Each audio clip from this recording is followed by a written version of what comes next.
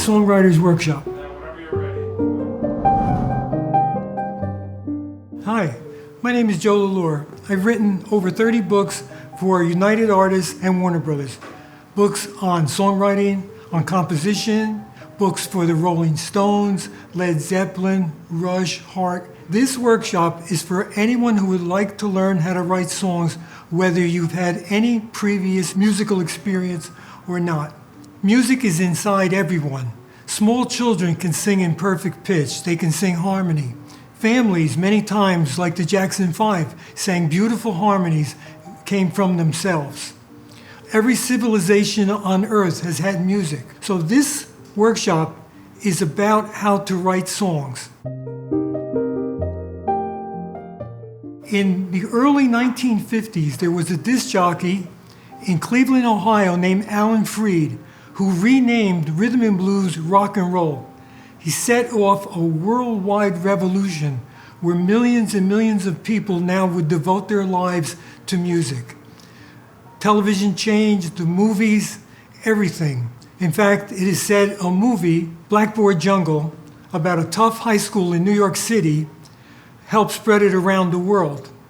There was a theme song called Rock Around the Clock by Bill Haley and the Comets, which really spread rock and roll. In the song Rock Around the Clock, there's a guitar solo by Danny Cedrone, an incredible, perfect rock solo which became a prototype for many people. I'd like to talk a little bit about Alan Freed. He changed the world. In fact, that's why the Rock and Roll Hall of Fame is in Cleveland, Ohio. He then came to New York City. In New York City, he had a tremendous influence. He produced movies which starred many rock and roll stars. But probably most of all, in Brooklyn, in the Brooklyn Paramount Theater, he had rock and roll shows where thousands of people every day could see people they've only heard about or heard on record. People could see Fats Domino, Little Richard, Bo Diddley, many, many famous stars of the time. But they all pay tribute to one person who's left out. Sister Rosetta Tharpe.